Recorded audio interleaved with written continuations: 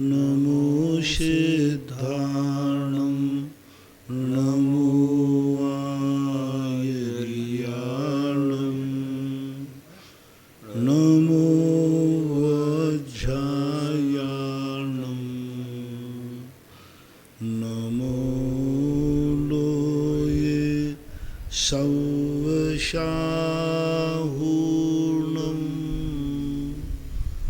पंच परमेष्टि भगवान की जय हो। आचार्य श्री गुरुवर कुंद कुंद महाराज की जय हो। आचार्य श्री गुरुवर विद्यासागर महाराज की जय हो। परम पूज्य निर्यापक मुनि श्री 108 सुधा सागर जी महाराज की जय हो। परम पूज्य निष्कम सागर जी महाराज की जय हो। चरगवां से चिन्मय जैन की जिज्ञासा है, पूज्य महाराज श्री के चरणों में त्रिवार नमोस्तु। महाराज जी, मेरी जिज्ञासा है कि आदि पुराण में आया है कि 13वें कुलकर के समय बालकों की उत्पत्ति जरायु से लिपटी हुई होने लगी। महाराज जी, इसके पहले भोग भूमि थी, तो क्या उनका जन्म पोतज होता था क्या? कृपया समाधान करने की कृपा करें। पोतज तो नहीं होता था, पोतज का सिस्टम अलग है, लेकिन भोग भूमियों के नियम होते हैं कि इस प्रकार की जर आदि नहीं होती। आगम में उनको पोतज तो नहीं कहा, लेकिन उनके लिए जरायु जांडज पोतज गर्भानाम, तो ये पोतज संज्ञा हम कह नहीं सकते, क्योंकि आगम में तो नहीं कहा। तो भोग भूमि की एक असल से व्यवस्था होती होगी कि उनका जो भी सिस्टम हो, विस्तार से आगम में इसका वर्णन है नहीं। सूरत से वैभव काला इनकी जिज्ञासा है, परम पूज्य आराध्य गुरुदेव के चरणों में त्रिवार नमोस्तु। महाराज श्री, मेरी जिज्ञासा है कि भविष्य में तीर्थंकर होने वाले क्या वो उसी स्थान सम्मेद शिखर जी से मोक्ष जाएंगे जिससे आदित्यनाथ, संभवनाथ, भगवान आदि मोक्ष गए हैं? कृपया समाधान करें। अब ये निश्चित नहीं किया गया कि उसी स्थान से जाएंगे, लेकिन ये निश्चित है कि आगे आने वाले तीर्थंकर सम्मेद शिखर से ही मोक्ष जाएंगे। किस तीर्थंकर का कौन सा कूट होगा, इसमें आगम का उपदेश नहीं है। गाजियाबाद से कविता जैन की जिज्ञासा है, पूज्य गुरुवर के चरणों में त्रिवार नमोस्तु। महाराज श्री, यदि हम जैन धर्म के अनुसार ग्रह नक्षत्र शांति हेतु हवन पूजन करते हैं तो हमें मिथ्यात्व का दोष लगेगा? यदि नहीं तो हमें कौन सी सम्यक रीति से करना चाहिए? नहीं, कोई दोष नहीं लगेगा। बस इतना ध्यान रखना कि ग्रह आदि शांति के लिए कहने में आता है, वस्तुतः ये है ग्रह आदि हमारी कोई नाराज नहीं होते, वो अशांति नहीं करते, वे तो एक थर्मामीटर के समान हैं। जैसे थर्मामीटर या जांच मशीन हमारी कोई बीमारी को बता देती है, तो हम थर्मामीटर की पूजा ना करने लग जाएं, हम अपना पुण्य बढ़ाएं, क्योंकि उन नक्षत्रों ने हमें संकेत दे दिया कि हमारा अशुभ कर्म उदय में आने वाला है, तो हम उसके लिए पुण्य बढ़ाएं। तो कोई बाधा नहीं। गृहस्थ होकर के यदि वीतराग भगवान की किसी भी रूप में अनैतिक कार्यों को छोड़कर अपनी विपदाएं, अपनी मानसिक शांति होती हेतु, अपनी कुछ आवश्यक इच्छाओं की पूर्ति हेतु, अपने कुछ ऐसे दुखों को दूर करने के लिए आप पंच परमेष्टि का किसी भी रूप में पूजा करते हैं, तो गृहस्थों के लिए मिथ्यात्व का दोष नहीं आएगा। क्योंकि गृहस्थ के लिए शास्त्रों में प्रथमान युग में जब जब कोई संकट आए हैं, धर्म की शरण ली है। जब जब कोई इच्छाओं की पूर्ति हुई, धर्म की शरण ली है। हर गरीब ने गरीब को मिटाने के लिए जिनंत भगवान की शरण ली है। हर परिवार ने अपने आप में जो गृहस्थ होते हैं, शास्त्रों में ऐसे भी वर्णन मिलते हैं जिन्होंने गृहस्थी बसाने के लिए भी कुछ धार्मिक उपक्रम किए हैं, लेकिन एक गृहस्थी तक सीमित है, अनैतिकता नहीं आना चाहिए। एक गृहस्थी के लिए करता है गृहस्थ, कोई बाधा नहीं, कुछ भी डरने की जरूरत नहीं। यहाँ वहाँ भागने की अपेक्षा अपने ही दरवाजे में, अपने ही भगवान के सामने याचना करने में कोई बाधा नहीं है। अपने घर की बात हम तो इसलिए कहते हैं, जब कभी मार्ग बताते हैं, उत्कृष्ट मार्ग ये है कि अपनों से क्या मांगना, अपने तो वो हैं जो बिना मांगे देते हैं। लेकिन जब ऐसी स्थिति नहीं आती है, कुचित का ज़्यादा तो मांग लेता है, तो ऐसी कोई बड़ी बात नहीं है, कोई दोष नहीं है ऐसा। आष्टा से डॉक्टर मगन जनन की जिज्ञासा है, पूज्य गुरुदेव के चरणों में कोटि शाह नमन। लेकिन बस इतना ध्यान रखना, उनमें पूजा पाठ में वीतरागी की ही पूजा हो, पंच परमेष्टि से बाहर मत जाना, 24 तीर्थंकर जिनेन्द्र देव से बाहर मत जाना, नहीं तो तुम यदवा तदवा दुनिया भर के और कोई क्रिया कांड करने लग जाओ। कुगुरु कुदेव को शास्त्रों का सेवन नहीं करना। आज शास्त्री जिज्ञासा है पूज्य गुरुदेव के चरणों में कोटि शाह नमन। महाराज श्री समण सुत्तम 111वें में पर्याय दृष्टि से सभी पदार्थ नियम से उत्पन्न एवं नष्ट होते हैं, परंतु द्रव्य दृष्टि से सभी पदार्थ उत्पत्ति और विनाश से रहित सदाकाल ध्रुव हैं। महाराज जी स्पष्ट करने की कृपा करें। सीधी बात है कि हम मनुष्य हैं, अभी मर करके देव हो जाएंगे, ये पर्याय दृष्टि हो गई। लेकिन मैं तो वही रहूँगा जो मनुष्य में, वही देव में रहूँगा। पूज्यवर अकलंग स्वामी ने श्री राजवार्तिक के अंदर लिखा ना कि एक सोने का कंगन है, एक सोने का बिस्कुट है, एक सोने का मुकुट है। ये दोनों अलग अलग पर्याय दृष्टि से हैं, लेकिन दोनों में सोना तो बराबर है ना, सोने की कीमत तो बराबर है। तो द्रव्य दृष्टि उसे देखता है जो हर पर्यायों में विद्यमान रहता है, और अज्ञानी द्रव्य में पर्याय की स्थापना करता है और ज्ञानी पर्याय में द्रव्य की स्थापना करता है। फर्क कितना है? ज्ञानी पर्याय में अपने आप को द्रव्य, मैं ही मनुष्य हूँ, मैं ही जीव हूँ। मनुष्य ही जीव है नहीं, मनुष्य में हमारा जीवत्व है। तो जैसे सोना हर दशा में, चाहे कंगन बनाओ, चाहे कुछ बनाओ, घड़े से सकोरा बनाओ, चाहे घड़ा बनाओ, मिट्टी बराबर है। हम नाना पर्यायों में परिवर्तित होते रहेंगे, लेकिन मैं जीव हूँ जो शाश्वत हूँ, अविनाशी हूँ। ये द्रव्य दृष्टि कहलाती है। पर्याय दृष्टि से मनुष्य हूँ, देव है, अलग अलग। यूएसए अमेरिका से अंशु जैन की जिज्ञासा है पूज्य महाराज श्री के चरणों में त्रिवार नमोस्तु। महाराज श्री, क्या चित्त की चंचलता को रोकना ही ध्यान व मुक्ति में कारण है क्या? हम कैसे रोकेंगे? क्या कोई उपाय है? कि यूं ही हमने जैन कुल में पाया है और जैन कुल से खो जाएंगे? कृपया समझ। कहा तो यही है, एकाग्र चिंता निरोध ध्यान। मन की एकाग्रता होना बहुत बढ़िया है। वहाँ मन की एकाग्रता का गुण है, वहाँ उपयोग की एकाग्रता होना। हमारा ज्ञान, मन और इंद्रियां तो साधन हैं। जो ज्ञान है वह नाना प्रकार के परिवर्तन करता है। तो वो ज्ञान हमारा किसी एक कंसंट्रेट हो जाता है, एक पर टिक जाता है, तो वो धार्मिक ज्ञान बनता है जो मोक्ष का कारण बनता है। संसार के ध्यान में भी तुम एकाग्र होते हो। आर्त ध्यान जब करते तो आर्त ध्यान जब तुम्हें होता है तो तुम्हें कुछ भी नहीं दिखता, तुम्हें 24 घंटे वही घूमता रहता है। पेड़ में यदि कांटा लग गया तो आपको उठते बैठते सोते खाते बस उसी कांटे पर ध्यान जाता है। आपने कभी देखा होगा दांत के अंदर कोई भोजन का छुआ फट जाए, छुआ फंस जाता ना, तो जीभ बार बार कहाँ जाती है? अब वो इतना सा छुआ है, जीभ वहीं जाती बार बार।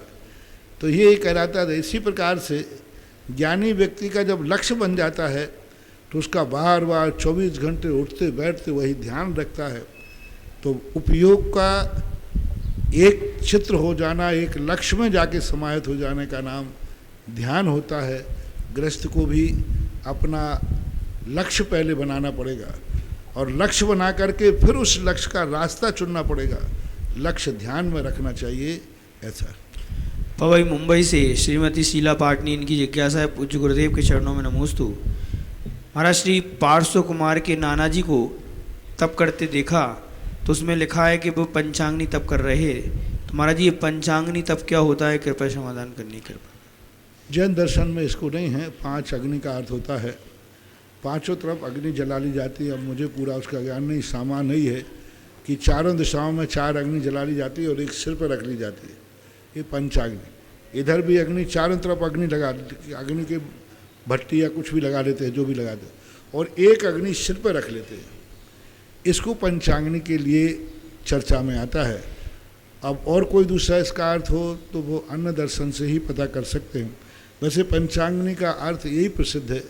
कई स्थानों पर आपने देखा हो मेले में चारों तरफ अग्नि जला लेते हैं और एक जो अग्नि का मटका होता है उसमें भी अग्नि यदि वो सिर पर रखे रहते हैं तो उसको पंचाग्नि तब बोलते हैं। महावीर नगर कोटा से अतिशय नैवेद्य जैन की जिज्ञासा है पूज्य महाराज श्री के चरणों में नमोस्तु। महाराज श्री, जिस समय हम क्रोध करते हैं तो अशुभ का बंध होता है, और जब हम क्षमा करते हैं तो शुभ का बंध होता है, किंतु कर्म परमाणुओं को कैसे पता चलता है कि शुभ रूप बनना है या अशुभ रूप बनना है? कृपया समाधान करने की कृपा करें। कर्म परमाणुओं में ऐसा कुछ भी नहीं है। घड़ी में तुम अलार्म भरते तो उसको कैसे बता कि 4 बज गए? आपने 4 बजे का अलार्म भरा तो 4 बजे कैसे पता चल जाता है कि 4 बज गए? घड़ी को कैसे पता है? तो ये सब सिस्टम कहलाते हैं निमित्त नैमित्तिक। अपन घड़ी का कांटा फिट कर देते हैं, उसमें ऐसी मशीन लगी है। प्रदेश बंद, स्थिति बंद, अनुभाग बंद, ये जो बंद हैं ये हम खुद डालते हैं अपने परिणामों से। तो ये प्रकृति का नेचुरल व्यवस्था है, नेचुरल प्रोसेस है कि ये पदार्थ वहाँ मिलेंगे तो ऐसा परिणमन होगा। ऐसा मांगरोल 12 से एडवोकेट अजित जैन इनकी जिज्ञासा है। पूज्य महाराज श्री के चरणों में नमोस्तु। महाराज श्री, मान्य स्तंभ का अभिषेक श्रुत पंचमी पर्व पर ही क्यों होता है? 15 जून को मंगलवार को श्रुत पंचमी पर्व है और महाराज श्री हमको इसे कैसे मनाना चाहिए और क्यों मनाना चाहिए? मान्य स्तंभ का अभिषेक श्रुत पंचमी को होता है, ऐसा हम पहली बार सुन रहे हैं। करने में कोई बाधा नहीं है, लेकिन होना चाहिए ऐसा तो नहीं है। करते हैं, कोई अपनी सामाजिक व्यवस्थाएं हैं, मान लो शुद्ध पंचमी का निश्चित किया हो तो कर लिया, अनिवार्य नहीं है। शुद्ध पंचमी एक महान पर्व है।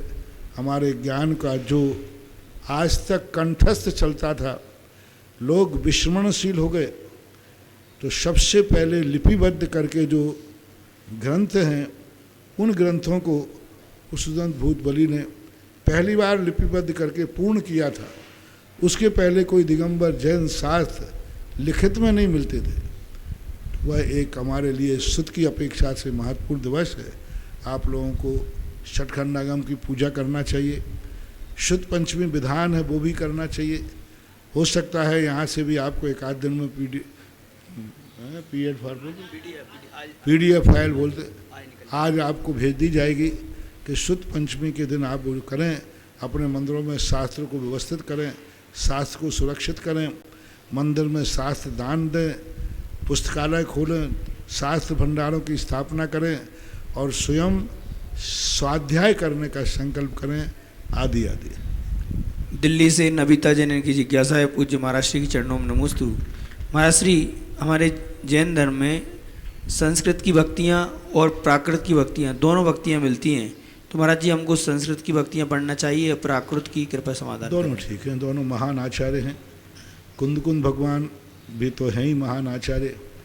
संस्कृत में भी पूज्यपाद स्वामी एक बहुत बड़ी मूल परंपरा के आचार्य हैं।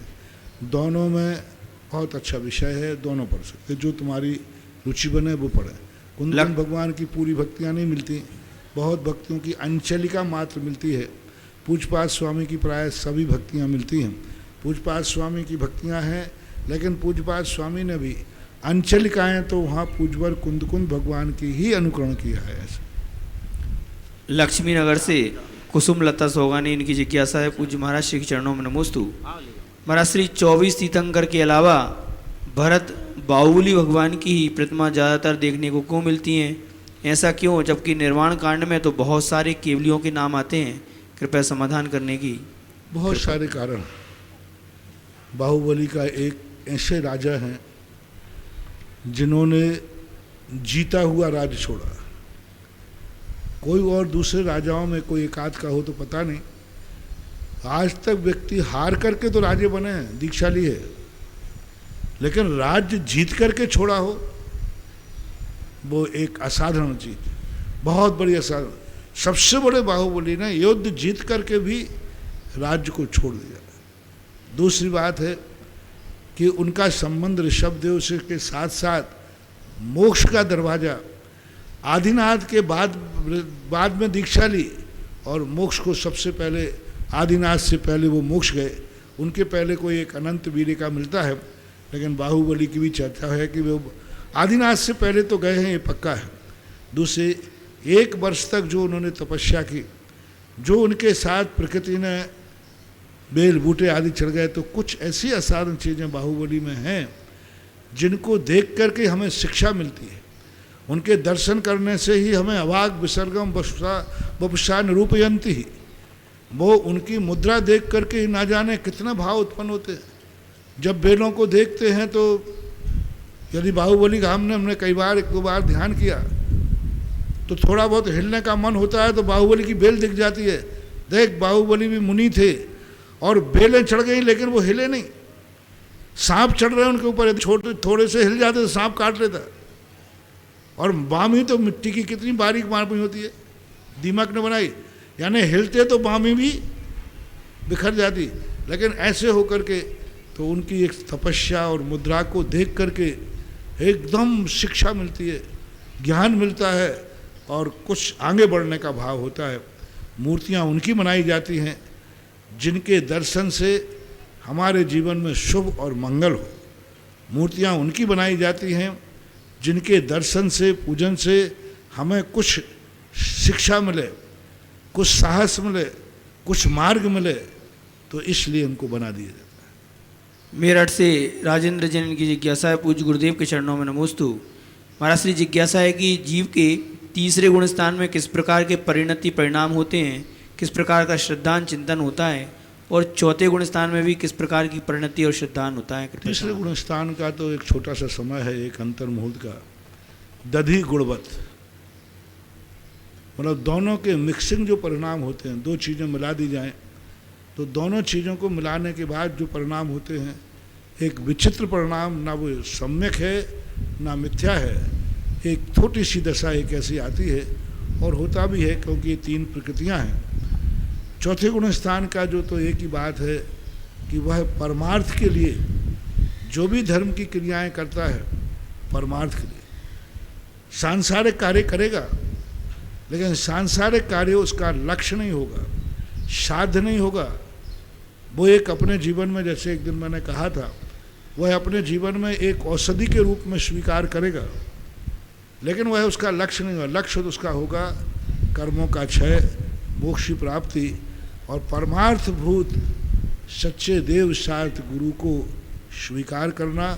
परमार्थानाम श्रद्धानाम परमार्थानाम माप्तागम तपोभृताम त्रिमूढ़ा पूर्णमष्टांगम सम्यक दर्शन मस्मय, यानी सच्चे देव सार्थ गुरु को परमार्थभूत के लिए श्रद्धान करता है।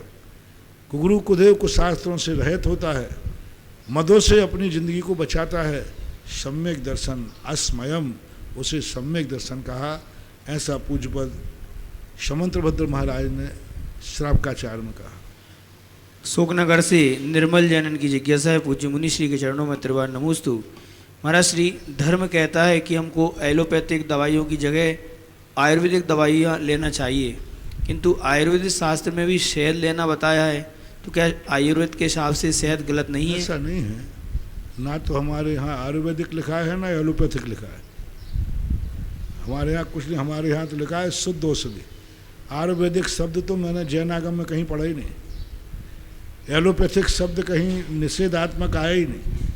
ये तो हमारे यहाँ तो ये लिखा है शुद्ध हो, अहिंसक हो, वो दवाई लेने को कहा है।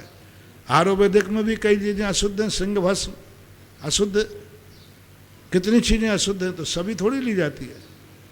आयुर्वेदिक हमारे यहाँ मान नहीं है, हमारे यहाँ शुद्ध औषधि मान है, जिसमें हिंसा ना हो, जिसमें कोई अभक्ष चीज़ें ना हो, ऐसी औषधि लेने योग्य है। बस इतना ही है, आयुर्वेदिक और एलोपैथिक से हमारे यहाँ कोई ताल्लुक नहीं है। बाहुबली कॉलोनी सागर से दीपचंद राजीव कुमार जैन की जिज्ञासा है, पूज्य गुरुवर के चरणों में नमोस्तु। महाराज श्री, अगर हम मरने के बाद अपने शरीर के अंग जैसे किडनी, हार्ट, लीवर आदि अगर किसी को देते हैं जिससे उसका जीवन दान मिलता है उसके लिए, तो इसमें क्या हमको कोई दोष लगेगा? कृपया समाधान। इसको धार्मिक वातावरण नहीं दिया जा सकता, ये व्यवहारिक सहयोग है।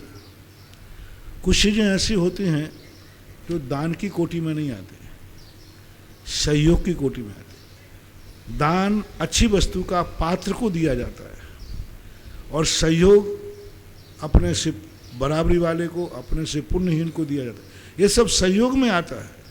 जैसे आप परपर में किसी ने आपको कोई अग्नि जलाना है, बोले माचिस दीजिए मुझे, तो अब माचिस दान में आएगी कि सहयोग में आएगी? माचिस दान लिख दो।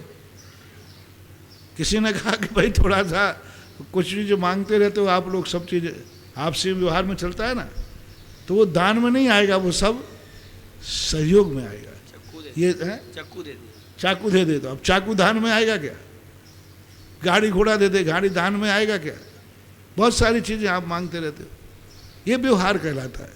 इनको दान की रोटी ना कोटे नहीं कह करके सहयोग कहना चाहिए, सहयोग की दृष्टि से, क्योंकि इनको दान कह देंगे तो बड़ा अनर्थ हो जाएगा। लोग अपनी किडनियाँ निकाल निकाल करके देंगे क्योंकि इसमें पुण्य है, दान है। लोग धंधा मचा लेंगे तो पता नहीं क्या क्या होगा, धंधा तो अभी मचा हुआ है, लेकिन फिर लोग देने लग जाएंगे कि भाई दान है, किडनी दान देना। नहीं, ऐसा दान अपने यहाँ नहीं कहा, लेकिन मैं इसका निषेध इसलिए नहीं करूँगा क्योंकि इससे बहुत कुछ लोगों का उपकार होता है। 2 किडनी है, एक बच्चा था, उसकी माँ की किडनी लगना थी। अब माँ तो अवस्था थी और बेटे की ज़िंदगी का सवाल था। 2 किडनी होती है, एक स्टेपनी होती है, एक किडनी से ज़िंदगी चलती है, और एक बेटे को दे दी तो कोई पाप नहीं कर दिया, बेटे की ज़िंदगी बच गई। कोई साधर्मी को दे दिया तो कोई बुरा नहीं हो गया। लेकिन इसको धर्म का टाइटल नहीं देना, इसको आप अपना व्यवहारिक सहयोग करें। इसको ना तो धर्म शास्त्रों से पूछना चाहिए, ना सहमति लेने की ज़रूरत है। ये आपका परस्पर में व्यवहार है, इन व्यवहार को भी आपको रहना चाहिए। संसार में जीना है तो व्यवहार आपको करना ही पड़ेगा, क्योंकि एक दूसरे को व्यवहार नहीं करोगे। जैन दर्शन ने एक बहुत अच्छी बात कही, वह व्यवहार, वह लौकिक मान्यताएं मान्य हैं जिसमें धर्म पर कुठाराघात ना हो। पर धर्म का नाश नहीं होना चाहिए, ना इसमें कोई हिंसा है। मरने के बाद तुम अपना नेत्र दान दे रहे हो, हिंसा है नहीं, और सामने वाले का उपकार हो रहा है तो बना। अब उसको दान में क्यों नहीं कह सकते? हाँ, यदि दान में जब कह सकते हो, जो वस्तु दान में दी जाती है उस वस्तु को लेने के बाद वह व्यक्ति संसार का कार्य नहीं करेगा। जैसे आप मुनिराज को आहार देते हो तो ये दान की कोटि में आएगा कि आहार लेने के बाद वो क्या करते? सामायिक करते, धर्म ध्यान करते। लेकिन वही आपने अपने ब्याई जी को खिलाया तो, वही बारातियों को खिलाया तो वे खा के क्या करते हैं? घर्राटे लेकर सोते और क्या करेंगे? तो दान का दुरुपयोग नहीं होना चाहिए। यदि आपने किसी को नेत्र दान दिया है, अब वो नेत्र पाकर क्या करेगा? धर्म ध्यान करेगा कि संसार के कार्य भी करेगा? टीवी देखेगा कि नहीं देखेगा? तो अब वो दान की कोटि में नहीं आया। दान वही है जो जिसको दिया जाए उसका उपयोग वो धर्म रूप में ही करेगा। ये जैन दर्शन की असाधारण खोज है कि मंदिर को दान बनाना, किसी का मकान बना दिया, दान में नहीं आएगा, सहयोग में आएगा। मंदिर बनाना दान में आएगा, क्योंकि मकान में वो संसार भी करेगा, संसार के कार्य भी करेगा, लेकिन मंदिर में हमेशा परमार्थ होगा। तो दान की एक परिभाषा बनाइए, वह वस्तु जो दान में दी जा रही है, जिसको दी जा रही है, वह मात्र उस वस्तु से धर्म का उपयोग ही करेगा, भी नहीं ही। जो भी वस्तु आप दोगे धर्म का उपयोग ही करेगा, वो दान की कोटि में आएगा। मुनिराज को आपने शास्त्र दिया, ये दान की कोटि में आएगा। और गृहस्थ को आपने एक किताब दान दे दी, वो दान की कोटि में नहीं आएगा, क्योंकि उसको पढ़ के वो इंजीनियर बनेगा, डॉक्टर बनेगा, उससे जो कमाई आएगी वो संसार भी करेगा। लेकिन मुनिराज जो पढ़ेंगे, पढ़कर क्या करेंगे? धर्म ध्यान करेंगे, उपदेश देंगे। तो दान को उसी को मानना चाहिए जो धर्म के कार्यों में आए। इसलिए इन सब चीज़ों को दान की कोटि में न लेकर सहयोग की कोटि में लेना चाहिए, कोई बाधा नहीं। गंज वासोदा से अनीता जैन की जिज्ञासा है, पूज्य महाराज श्री के चरणों में नमोस्तु। महाराज श्री, जो श्रावक दान, आजीवन पूजन और मूर्ति विराजमान करते हैं तो वह के कितने भाव में मोक्ष जा सकते हैं? कृपया। ऐसा कोई आगम उल्लेख नहीं है, सदा उनकी प्रशंसा लिखी है। जाकी रही भावना जैसी, शो देखी मूरत तन तैसी। नीतियों के आधार पर तो यही कह सकते हैं, यदि उसने भगवान को भगवान बनने के लिए बैठाला है तो वह भगवान बनेगा। पेंडा रोड छत्तीसगढ़ से बेदचंद जैन पत्रकार, इनकी जिज्ञासा है, पूज्य महाराज श्री के चरणों में त्रिवार नमोस्तु। महाराज श्री, 24 तीर्थंकरों ने अपने 4 घातीय कर्मों का नाश कर तीर्थंकर पदवी को प्राप्त किया। सब तीर्थंकर समान गुण युक्त हैं। 24 तीर्थंकरों में 23वें तीर्थंकर भगवान पार्श्वनाथ का जिन शासन काल सबसे कम रहा, किंतु महाराज जी सभी तीर्थंकर समान होते हुए भी सर्वाधिक जिनायलों में भगवान पार्श्वनाथ मूलनायक हैं और श्रावक भगवान पार्श्वनाथ को विघ्नहर्ता के रूप में सबसे अधिक पूजते हैं। महाराज जी मेरी जिज्ञासा है कि जिन शासन काल सबसे कम होते हुए भी श्री भगवान पार्श्वनाथ के मंदिर में अधिकता होने का कारण क्या है, कृपया समाधान। जिन शासन काल तो कोई विशेषता नहीं रखता, क्योंकि उनका अधिक शासन काल है तो पुण्य अधिक है, ऐसा नहीं है। उतनी देर के लिए वो सिद्धों के सुख से वंचित है। जितनी देर वो यहाँ रुके रहेंगे तो जनता को तो लाभ है, उनको तो घाटा है। जो अनंत सुख अभ्यावाद सुख मिलना है वो रुक रहा है। यदि यही उनको मंजूर होता तो कौन मोक्ष जाते कौन। इसलिए कम काल से पुण्य की प्रबलता नहीं है, बल्कि जो जितने जल्दी मोक्ष चला जाता है उसको उतना ही जल्दी अभ्यावाद सुख की प्राप्ति होती है। रही बात तीर्थंकरों के संबंध में, उनके जीवन घटनाक्रम के संबंध में, उनके आचार विचारों के संबंध में, भक्त भगवान को जिस रूप में देखता है उस रूप में उसकी एक अलग मान्यता होती है। ऐसी बात नहीं है। कई बार राहु केतु के संबंध में लोग पुष्पदंत भगवान का मंदिर ढूंढते हैं। हाँ, पुष्पदंत भगवान को ढूंढते हैं कई बार। महाराज हमें बताओ पुष्पदंत। मैंने कहा भैया ये कौन सा समय आ गया, आज पुष्पदंत भगवान का बाजार गर्म क्यों हो रहा है, उन्हें क्यों बात है। अरे महाराज जी वो उनका आप तो आप बता दीजिए कहाँ है। तो हमने समय शिखर की 13पंथी कोठी में जाओ, वहाँ है पुष्पदंत। तो ऐसी बात नहीं है। भक्त की आवश्यकताओं के अनुसार, भक्त के उनके स्वभाव, नेचर, चरित्र, क्रियाओं के आधार पर जिस व्यक्ति से उसको जितने जल्दी सरलता से उसकी सिद्धि होती है उसको ले लेता है। भगवान पारसनाथ के जीवन में एक ऐसी घटना जुड़ी है जो उन्होंने साक्षात, और तीर्थंकर के जीवन में ऐसी घटना नहीं जुड़ी। किसी भी तीर्थंकर, 24 तीर्थंकर में किसी भी तीर्थंकर ने किसी को ऐसा अभय दान दिया हो, ऐसी करुणावान किया हो कि नाग नागिन को भी बचाने के लिए भाव कर लिया, और किसी तीर्थंकर के जीवन में ऐसी घटना नहीं घटी।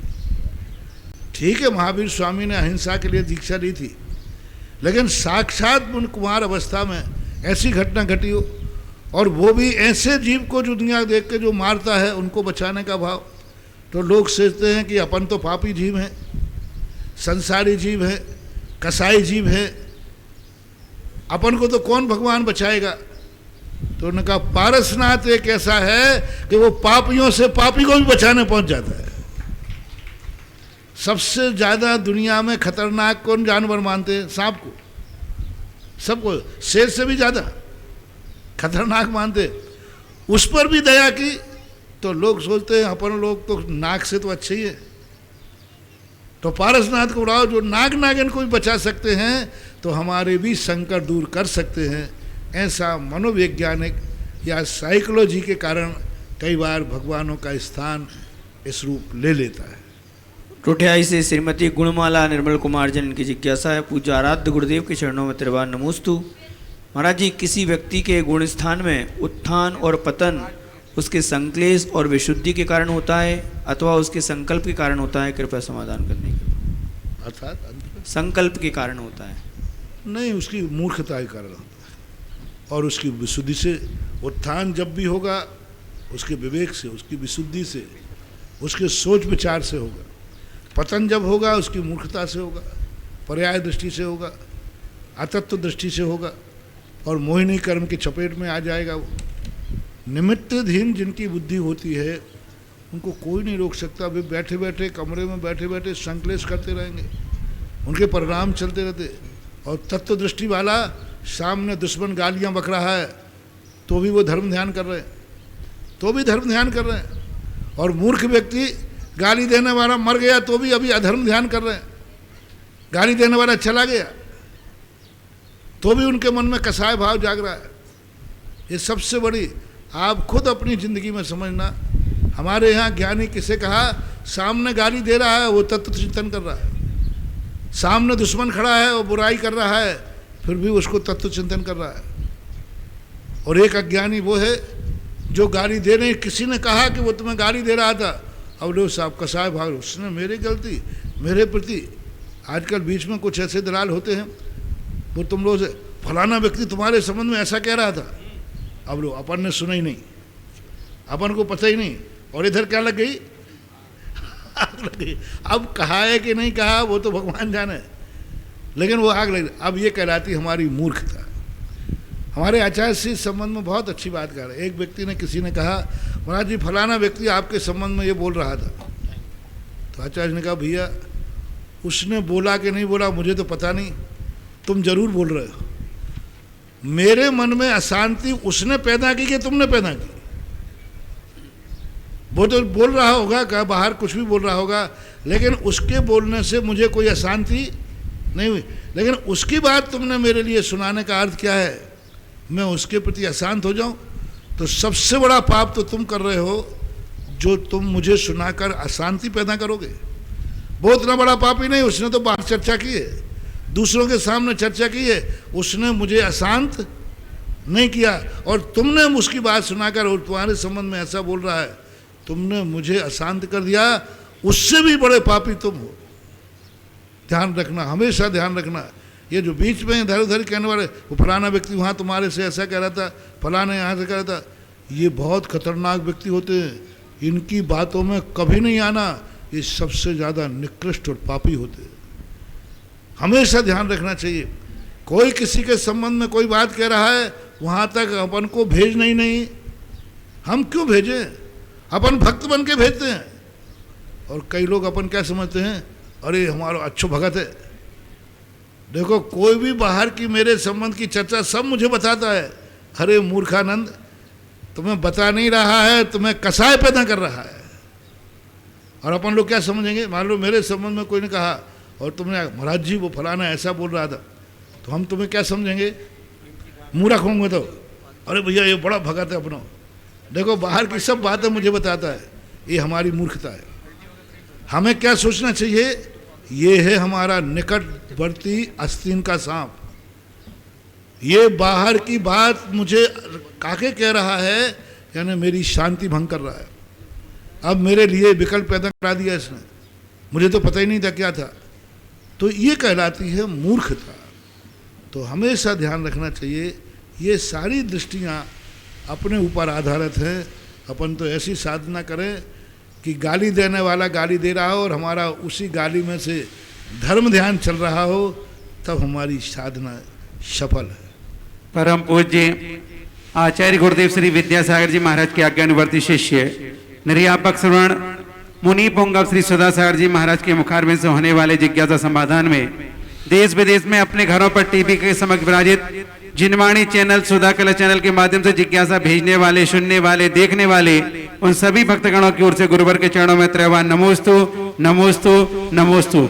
इस क्षेत्र पर बनने वाले तीर्थ रक्षक में भी एक नाम है, 1,11,000 में श्री विभोर जी ऋषभ महावीर कोल ट्रेडर्स गाजियाबाद उत्तर प्रदेश से, और एक पाव बीघा जमीन में नाम श्रीमान चेतन, श्रीमती रेखा, तुषार, निशा, सौरभ, प्रियंका, भूमिका, तनुश्री, वेदिका, विद्याधर जैन गदिया परिवार भीलवाड़ा, जिन्होंने एक नंदीसर में जिनालय बनाने की भावना भाई थी, उन्होंने भूमि दान में भी अपना योगदान दिया है। सभी के सम्मान में आभार में तालियां। चलते हैं हम ऑनलाइन जिज्ञासा रिकॉर्डिंग के माध्यम से। महाराज जी नमोस्तु, महाराज जी नमोस्तु। मैं सीमा जैन गुवाहाटी से। मेरी शंका यह है महाराज जी, आजकल प्राय देखा गया है आदमी स्वस्थ होने के बावजूद कुर्सी पर बैठ के खाना खाते हैं, टीवी देखते हैं। इतना तो सब कुछ ठीक है, पर पूजन, माला, स्वाध्याय भी कुर्सी पर बैठकर करते हैं। महाराज श्री, मेरी शंका है कि यह कहाँ तक सही है? स्वाध्याय कुर्सी पर, माला कुर्सी पर बैठकर फिरना सही है क्या? कृपया समाधान। ये सब चीज़ें गलत ही है। देवसाद गुरु के सामने अपना पैर फैलाना नियम से विकलांग होने का पूरा बंद है। देवसाद गुरु के सामने आंगे करना, यहाँ तक निषेध किया कि मंदिर की तरफ कोई सीढ़ी है तो पैर बढ़ाते हुए उस सीढ़ी से ना उतरें जिस समय जहाँ भगवान बैठते हैं, भगवान की तरफ। तो ये पैरों को आगे दिखाते हुए देवसाद गुरु के सामने कभी भी पैर नहीं होना चाहिए। यदि मान लीजिए कोई ऐसी असमर्थता है कि बैठ ही नहीं सकता है, तो फिर आपको लोग क्या है, नकल आधी करते हैं। तो आधी नकल करने से गड़बड़ होता है। हर चीज का एक पेयर होता है, कुर्सी और टेबल। कुर्सी पे तो बैठ जाते हैं, टेबल का है। टेबल बैठो तो इस ढंग से बैठो, कुर्सी हो, टेबल हो, और आगे उसके लिए पर्दा, आपका पैर दिखना नहीं चाहिए। कई बार हम पोजिशनों में नहीं बैठने देते, कई लोग कहते महाराज जी फिर मैं क्या करूं? तो फिर हमने एक बार भीलवाड़ा के अंदर सबको कहा आप बैठो ना, कौन मना कर, कुर्सी पे बैठिए, टेबल लगाइए, टेबल के आगे कपड़ा लगा दीजिए, आपके पैर उसके अंदर चले जाएंगे, देव साध गुरु को नहीं दिखेंगे। तो ऐसी टेबलें आप बनाइए मंदिर के अंदर जो ऐसे विकलांग हों, लेकिन वही बैठे हैं जिनको डॉक्टर ने मना किया है। अक्सर कर विकलांगों को, अपाहिजों को कुर्सी डाली जाती है और मन चमड़े छोड़े छपाड़े जाके मस्ती से पहले बैठ जाते हैं। जो नीचे बैठ सकता है वो कुर्सी पे बैठ रहा है, तो नियम से उसको पैरों की बीमारी तो होना ही है। देव साध गुरु के सम्मुख यदि वो कुर्सी पे बैठेगा तो नई बीमारी होगी तो होगा। जो बिल्कुल ही असमर्थ हैं उनको थोड़ा सा ये ध्यान रखना चाहिए कि अपने पैरों को जितना छुपा सकें छुपाना चाहिए ऐसा, क्योंकि आजकल सबसे ज़्यादा ये बीमारी है। और ये बीमारी होने का कारण है कुर्सी। कुर्सी बाद में तो कार्य जब पैर खराब, लेकिन पैर खराब क्यों होते? कुर्सी पे आप पैर लटका के बैठते हैं तो घुटने के ऊपर की जो नसें हैं, ब्लड सर्कुलेशन है, वो कुर्सी से दब जाता है और आप 5-5, 6-6 घंटे बैठे रहते हैं। धीरे धीरे वो ब्लड सर्कुलेशन नीचे नहीं हो पाता और 2-2, 3-3 घंटे तक पैर जमीन पर लटके हुए रहते हैं। कुर्सी में लटके रहेंगे ना, तो लटके होने से उन पैरों की जो नसें हैं, ब्लड सर्कुलेशन है, ऊपर को नहीं पहुंच पाता। कुर्सी पर बैठने वाले अंत में पागल होकर मरते, विक्षिप्त होकर मरते। उनकी जो मेमोरी है वो नियम से विस्मृत हो गए। कारण उसका क्या है कि जो सर्कुलेशन पैर का बनना चाहिए था बैठते समय वो नहीं बन पाता, क्योंकि पैर को जो ऊपर की तरफ खून को फेंकना बहुत कठिन हो जाता है। 8-8 घंटे तक उनके पैर लटके, 5 घंटे 6 घंटे पैर लटके हुए रहते उनके। चलते समय अलग रहता है, चलते समय बॉडी का अलग बैलेंस प्रकृति ने बनाया। पैर लटका के बैठना ये पैरों के लिए बहुत नुकसानदायक है जो स्वस्थ है। पहले लोग गद्दी पर बैठते थे, पैर मोड़ करके बैठते, दुकान पर बैठेंगे तो गद्दी पर बैठते थे। आप पुराने लोगों को देख लीजिए, जो पुराने लोग गद्दियों पे बैठते थे उनके कभी घुटने पैर खराब नहीं हुए।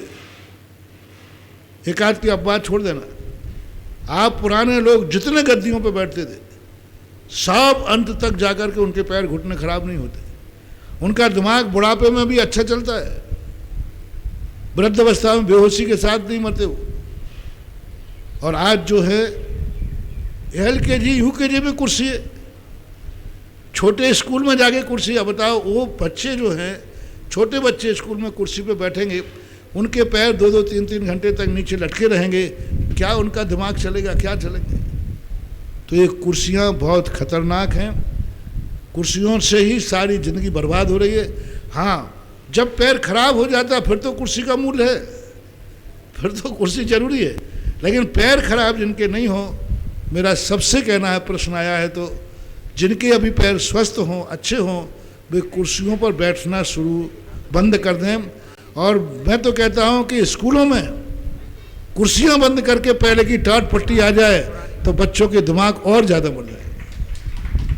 लेकिन अब वो स्कूल से जब कुर्सी शुरू होती है, ऑफिस में भी कुर्सी, आप तो सब जगह कुर्सी हो गई, ऐसा बात। अगली जिज्ञासा पुनः रिकॉर्डिंग के माध्यम से। आपके श्री चरणों में कोटि शत नमन करते हुए सिलवानी से श्रीमती पद्मा सेठ पूछ रही हूँ कि यदि आरती करते वक्त धोखे से आरती जमीन पर गिर जाए अथवा बुझ जाए अथवा किसी का धक्का लग जाने के कारण यह हो जाए, तब क्या करना चाहिए? दोष है, सावधानी है, सावधानी रखना चाहिए। मैं कुछ तुम्हें बता करके क्लीन चिट दे दूं कि कोई बात नहीं, गिर जाएगा, महाराज ने तो बता दिया। पश्चाताप करना चाहिए, दोष है, कम से कम उस समय एक कायोस्तर कर लेना चाहिए। अगली जिज्ञासा पुनः रिकॉर्डिंग के माध्यम से। नमोस्तु महाराज श्री जी। कोटा से जिज्ञासा है कि सम्यक्त विरोधी 7 प्रकृतियों के क्षय उपशम या क्षयोपशम से चौथा गुणस्थान बनता है, किंतु सम्यक्त तो स्वयं एक प्रशस्त प्रकृति है, फिर उसको अपन 7 प्रकृतियों के क्षय। कल उसकी शंका की पूर्ति की थी। कल ध्यान रखा करो, रिपीट नहीं करें, समय खराब होता है।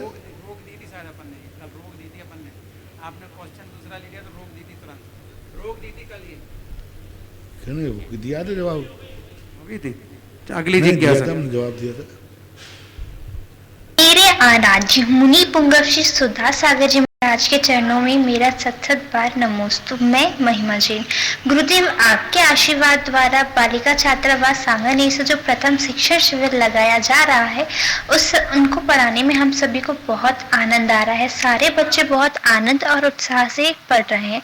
सभी संयोजका आंटी लोग हमें बहुत अच्छे से सहयोग कर रही हैं।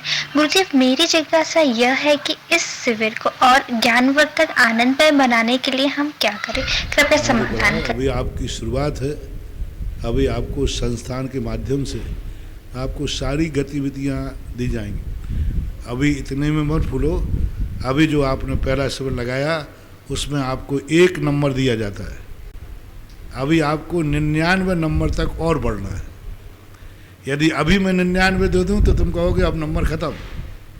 इसलिए अभी पहला शिविर में 1 नंबर, अभी आपको इतनी मेहनत करना है कि अभी आपको एक दिन 99 नंबर पाना है, ऐसा करना है। अगली जिज्ञासा पना रिकॉर्डिंग के माध्यम से। नमोस्तु महाराज श्री जी। कोटा से जिज्ञासा है कि सम्यक्त विरोधी 7 प्रकृतियों ये तो हो के गई। क्षय। अगली नमोस्तु महाराज श्री जी। कोटा से नविता जैन की जिज्ञासा है कि तद्भव मोक्षगामी जीवों का अकाल मरण नहीं होता है, किंतु गजकुमार मुनि, सुकौशल, सुकुमाल मुनि, 3 पांडव आदि उपसर्ग केवली का मरण अकाल मरण में नहीं गिना जाएगा क्या?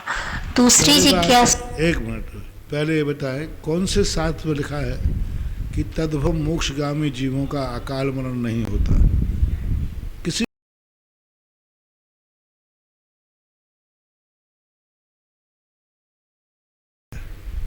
जो चरमोत्तम देव लाते तीर्थंकर आते हैं, उसमें तीर्थंकरों का अकाल मरण नहीं होता।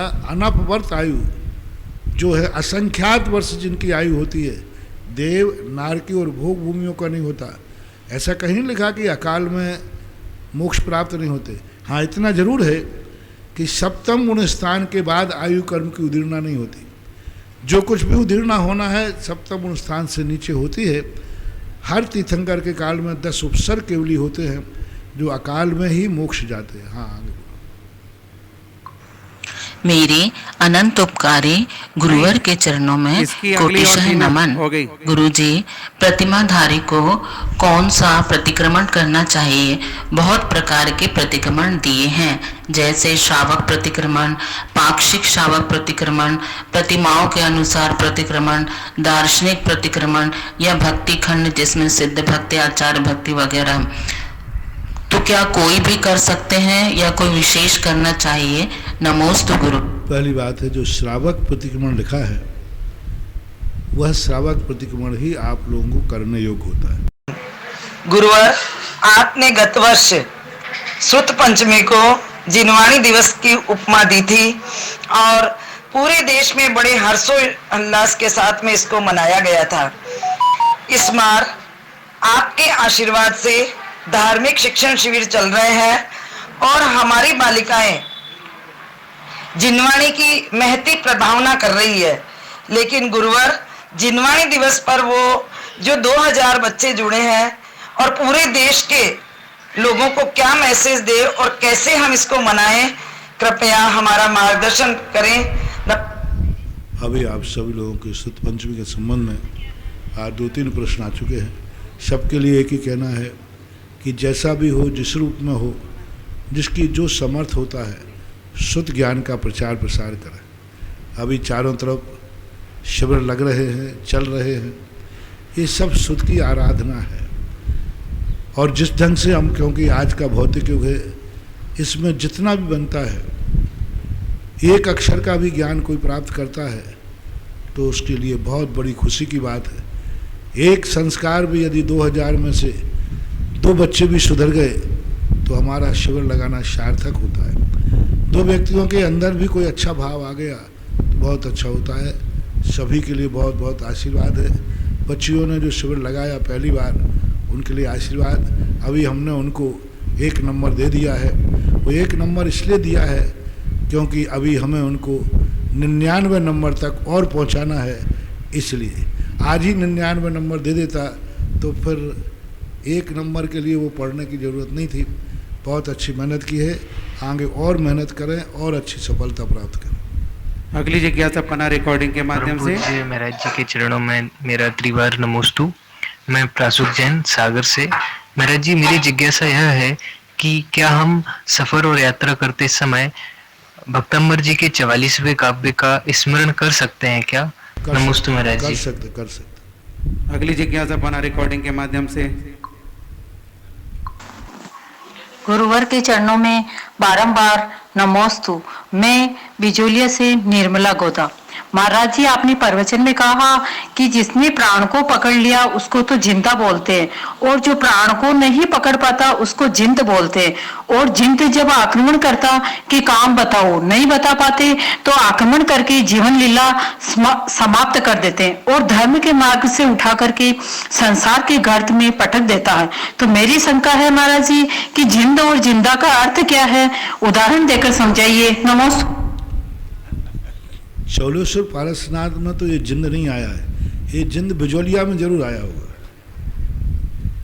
बिजोलिया के प्रश्नों में कहीं आया होगा, यहाँ तो है। हाँ, यहाँ तो नहीं आया अभी। जिंद और जिंदा, जिंद कहलाता है वो जो एक ऐसी जाति है जिस जाति में यदि किसी के पीछे पड़ जाए तो उपकार कर दे, लेकिन यदि वो बिगड़ जाए तो सर्वनाश कर देती। जिंदा व्यक्ति वह होता है जो जिस पर उपकार करता है वो बिगड़ भी जाए तो उपकार नहीं करता। जिंदा व्यक्ति माँ के समान होता है। माँ बेटे पर उपकार करती है, बेटा बिगड़ भी जाए तब भी माँ बेटे का अहित कभी नहीं करती। बेटा कितना भी बिगड़ जाए, पूत कपूत हो सकता है लेकिन माता कुमाता नहीं होती, ऐसा कहते हैं। तो जिंदा व्यक्ति जो होता है जीवित है, जागृत है, जो हर दशा को पहचानता है, जानता है, वो उपकारी के लिए भी, जिसके ऊपर उपकार करना है वो ऐसा होता है कि बिच्छू डंक भी मारे तो भी उसे बचाने का भाव करता है। और जिंद व्यक्ति जो होता है वो शनकी होता है। जिंद व्यक्ति का ऐसा स्वभाव होता है जैसे अभी लादेन का था ना, कि वो समीर काय ने पाला और समीर काय को मिटा दिया, यूं मानना चाहिए। अगली जिज्ञासा पन्ना रिकॉर्डिंग के माध्यम से। नमोस्तु नमोस्तु नमोस्तु गुरुदेव। गुरुदेव, मैं ऋतु जैन नोएडा से। मेरी एक जिज्ञासा है, कहते हैं कि किसी भी प्राणी को सम्यक दर्शन जिनबिंब के दर्शन से होता है, लेकिन गुरुदेव हमें तो सम्यक दर्शन आपके प्रवचनों के माध्यम से हुआ है। जब भी आप प्रवचनों में बात बोलते हो कि जो यहाँ है वह संसार में और कहीं नहीं है, और जो यहाँ नहीं है वो भी संसार में कहीं नहीं है। मैं संसार में जो कुछ भी भोग रही हूँ सब अपने कर्मों का फल है, निमित्तों को दोष दे के कोई फायदा नहीं है। इस तरह आपकी कुछ बातें जो यथार्थ भी है और जो आपके प्रवचनों के माध्यम से मैंने पिछले 4-5 सालों में सीखी है और समझी है। तो गुरुदेव, क्या किसी को भी सम्यक दर्शन सच्चे देवशास्त्र गुरु पे सच्चा श्रद्धान गुरुओं के प्रवचन के माध्यम से होता है या जिनबिंब दर्शन से होता है? 6 कारण है सम्यक दर्शन के। 6 कारण, 6 कारणों में एक कारण है जिनबिंब। धर्म श्रवण भी तो कारण है। गुरुओं के मुख से निकले हुए प्रवचनों से सम्यक दर्शन सबसे ज्यादा होता है। मनुष्यों में संगी पंचेंद्रियों में श्रवण से ज्यादा सम्यक दर्शन होता है। उपदेशों से हमारे लिए जितने शास्त्रों में उदाहरण मिले सम्यक दर्शन की प्राप्ति के, सब धर्म श्रवण से मिले। जिनबिंब से सम्यक दर्शन कहा है, लेकिन आज तक कोई उदाहरण नहीं मिला कि फलाने व्यक्ति ने जिनबिंब के दर्शन करके सम्यक दर्शन प्राप्त किया। आगम में है जिनबिंब से होता है, लेकिन फॉर एग्जाम्पल कोई उदाहरण, कोई कथा ऐसी नहीं मिली कि किसी मिथ्या दृष्टि ने जिनेंद्र भगवान के दर्शन करके सम्यक दर्शन प्राप्त किया। जितने लोगों ने सम्यक दर्शन की चर्चाएं आई हैं, सब गुरु के उपदेश से। महावीर के जीवन ने समय 2 मुनिराजों के उपदेश से सम्यक दर्शन प्राप्त किया। त्रियंचो ने भी सम्यक दर्शन प्राप्त किया। जितने भी समय साहब, जितने भी मूल कथाओं में नाम लिखते हैं, सब किसी ना किसी उपदेश से सम्यक दर्शन प्राप्त करते हैं। ज़्यादातर जितने 6 कारणों में मनुष्यों में सबसे ज़्यादा सम्यक दर्शन गुरु के प्रवचनों से ही होता है। सेकंड नंबर पर जाकर के देव दर्शन से भी होता है, जाति स्मरण से भी होता है। इनकी संख्या बहुत अल्प है, क्योंकि जब तक भगवान का स्वरूप गुरु से नहीं समझोगे तो भगवान को पहचान ही नहीं पाओगे। भगवान को किस विधि से दर्शन करना मालूम ही नहीं चलेगा। तो गुरु तुम्हारे लिए भगवान का स्वरूप, भगवान को कैसे नमस्कार करना, कैसे पूजना, कैसा चिंतन करना, ये सब देशना लब्धि गुरु से मिलती है। इसलिए गुरु से सबसे ज़्यादा सम्यक दर्शन की प्राप्ति होती है और होना ही चाहिए, क्योंकि शब्दों के माध्यम से व्यक्ति अच्छी तरफ समझ जाता है। ऐसा अगली जिज्ञासा आदि सौगानी अशोकनगर, इसके बाद तैयार हैं सारिका जी महुआ। नमोस्तु महाराज श्री। महाराज श्री, ज्योतिष से हम लोग कभी कभार भविष्य की गणना करते हैं कुछ सूत्रों का अध्ययन करके। तो महाराज श्री, मेरी ये जिज्ञासा थी कि अवधि ज्ञान और केवल ज्ञान में क्या सिस्टम रहता है? मतलब बिना मतलब जैसे इंद्रियों के किस तरीके से हम किसी मतलब चीज को जान पाते हैं? केवल ज्ञान और अतीन्द्रिय ज्ञान तो वो जानते नहीं हैं, उनके जानने में आता है। ज्योतिष वाला जानता नहीं है, वो किसी निमित्त से उस तक पहुंच जाता है। उसको कोई ना कोई बीच में सहारा चाहिए। वो ग्रहों का सहारा लेगा, सामुद्रिक शास्त्र का सहारा लेगा, कोई ना कोई निमित्त का सहारा लेगा। उस निमित्त के माध्यम से फिर वो अनुमान लगाता है। पूर्णतः सफल हो ऐसा कोई नियम नहीं है। लेकिन केवल ज्ञानी जो होते हैं, अतीन्द्रिय ज्ञान होता है, उसमें वो अपने ध्यान से लगाते हैं। वो जानने का प्रयास नहीं करते, उनको जानने में आता है, अपने आप उनके ज्ञान में प्रतिबिंबित होने लग जाता है। उनको संकेत मिलने लग जाते हैं। उनके कुछ ऐसे संकेत होते हैं जो संकेत अपने आप भविष्य बता देते हैं। जैसे तीर्थंकर के आने के पहले माता 16 स्वप्न देखती है, पूरा ज्योतिष स्पष्ट हो गया, उनकी कुंडली बनाने की जरूरत ही नहीं। अब वो किस ग्रह में कौन से मुहूर्त में जन्म ले रहा है, कब ले रहा है, उनके तो 16 स्वप्न बता दिए कि वो कौन सा व्यक्ति आ रहा है। तो ये सारी चीज़ें अलग अलग ढंग से होती हैं। जब इतना पुण्य नहीं होता है, किसी किसी का पुण्य होता है कि उसका जो किया हुआ पुण्य शुभ को भी अशुभ में और अशुभ को भी शुभ में बदल देता है, अशुभ को शुभ में बदल देता है। जिस अमावस्या को ज्योतिष मना करता है, कोई महामना उसी अमावस्या में केवल ज्ञान प्राप्त करके मोक्ष जाते हैं, अपने कार्य की सिद्धि कर लेते हैं। तो कुछ दोनों चीज़ें हैं। हम ज्योतिष को नकार नहीं सकते, लेकिन ज्योतिष ही सब कुछ है ऐसा नहीं। कभी कभी व्यक्ति का पुण्य इतना प्रबल होता है कि कुंडलियाँ सब फेल हो जाती हैं, ज्योतिष सब फेल हो जाता है। मेरा बहुत बार मैं कहता हूँ, यदि सच्ची लगन से काम किया जाए तो कुंडली के ग्रह भी बदल जाते हैं और हाथ की लकीरें भी बदल जाती हैं। और यदि न किया जाए, पुण्यहीनता हो, तो फिर तो देख के चलना ही पड़ता है। हवाओं का रुख देखना पड़ता है कि मेरी आंखें इस हवा को सहन कर पाएंगे या नहीं कर पाएंगे। 1 लाख रुपए में एक संरक्षक नेमी चंद, सौभाग्यवती, हुकमचंद, सरिता, संजय, पिंकी, अंकित, स्वरूपा, सुरभि, सुवाली, दरसिल, मान्यता, सामरी, भानपुरा, मंसूर से एक आधा बीघा जमीन 4 लाख रुपए में हरीशचंद, सुनीता जैन, रजत, सुरभि, साकित नगर, भोपाल से एक पाव बीघा जमीन ध्रुविल धवल, ध्रुव धवल, केतन भाई, ध्रुव रश्मि, केतन भाई, ध्रुव केतन भाई, सी ध्रुव, ज्ञानोदय, बेंगलोर से आए सभी के सम्मान तालियां। सरिता जी महुआ। मेरे आराध्य गुरु को त्रिवाल नमोस्तु नमोस्तु नमोस्तु। गुरुवर, मेरी जिज्ञासा ये है कि समय समय पर अनेक विदुषी आरिकाएं, अंजना, सीता, यहाँ तक कि ब्राह्मी सुंदरी भी हुई, लेकिन उनके द्वारा कोई भी शास्त्र रचित नहीं हुआ। क्या उनको कोई अधिकार नहीं था या अन्य कारण रहा हो? क्या नहीं हुआ? सतियों के द्वारा ग्रंथों की रचना क्यों नहीं हुई? क्या उन्हें अधिकार नहीं था? देखो, एक सती होना, सतियों के द्वारा नहीं माता महाराज जी, आरिकाओं के द्वारा। देखो, आरिका होना अलग चीज है और ज्ञान होना अलग चीज है। एक नारी की एक मर्यादा होती है, सीमाएं होती है। कैसे ग्रंथ की रचना करे? रचना करते करते उसके शरीर की रचना है। मान लीजिए उसी समय ग्रंथ लिखा है, वर्षों लगना है, हर महीने में 3 बार 3 दिन अशुद्ध होना है, वो शास्त्र को कहाँ रखेगी? कौन संभालेगा? लिखते लिखते कुछ अशुद्धि हो जाए तो क्या करेंगे?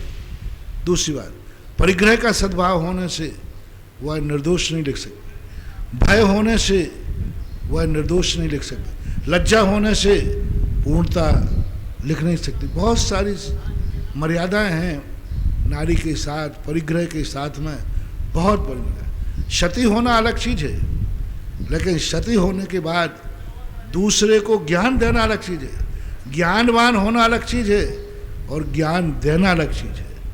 मुनि होना अलग चीज है, आचार्य होना अलग चीज है। पढ़ना अलग चीज है, पढ़ाना अलग चीज है। तो ये सब चीजें योग्यता के ऊपर आधारित होती है। इस प्रकार से जिज्ञासा समाधान संपन्न हुआ। आज नवदा भक्ति पूर्वक पड़गान करके निरंतर आहार कराने का सुहाग सुजानमल, जितेंद्र, नवीन, लीला देवी, प्रीति, वैशाली, गुणांश पाटनी परिवार चांजी की खेड़ी